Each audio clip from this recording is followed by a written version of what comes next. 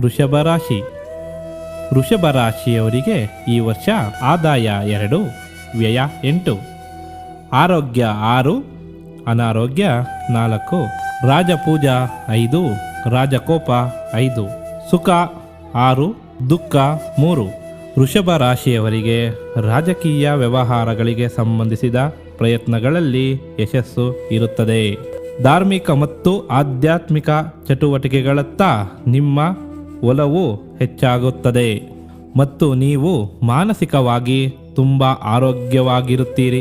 ಈ ವರ್ಷ ವೃಷಭ ರಾಶಿಯವರಿಗೆ ಪ್ರಯಾಣಗಳಿಂದ ಲಾಭ ಹೆಚ್ಚಾಗಲಿದೆ ಮತ್ತು ನೀವು ಮಾಡುವ ವ್ಯವಹಾರದ ವಿಚಾರವಾಗಿ ಹೊಸ ಯೋಜನೆಗಳನ್ನು ರೂಪಿಸುತ್ತೀರಿ.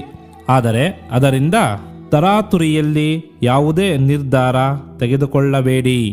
ಈ ವರ್ಷ ಸರ್ಕಾರಿ ನೌಕರರು ಕೆಲವು ಸಮಸ್ಯೆ